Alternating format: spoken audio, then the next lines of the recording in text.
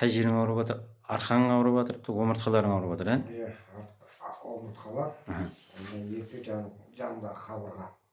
Қабырғаға беріп тұр, Қабырғаға. 1,5 ай болды дедіңіз, 28 февральдан бастап.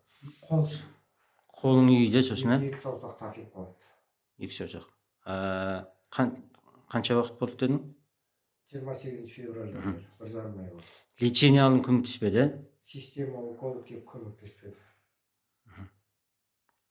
Аяқтар ауырмайды ғой, аяқтар ауырмайды. Сосын басың ауырып жатыр, сосын, Кешеден бері басым ауырып. Басың ауырып жатыр ма?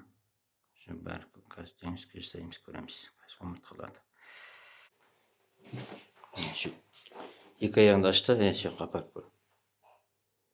Барып тұр, Барып тұрыпты. Барып тұр, мына жерде кішкене ауырса.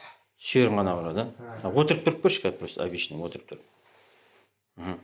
Отырып тұрған екі жер қабырға. Сүйек ауырып жатыр ма? Болды, қайталап жатыңыз.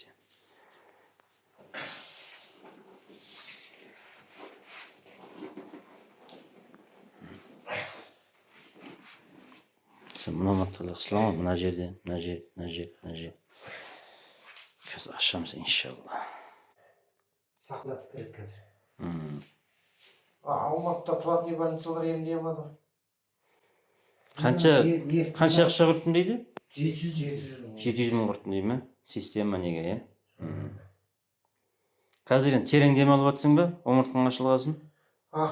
Терең дем алып қалдың, Омыртқа қысылып қалған ғой. Жүрегің шаншып жатқан содан. Кеуде омыртқаң қысылып қалған. Бауырымыз келді, кассоправление жасадық, мануальный терапия. Қалай, жақсы болып қалдың ба?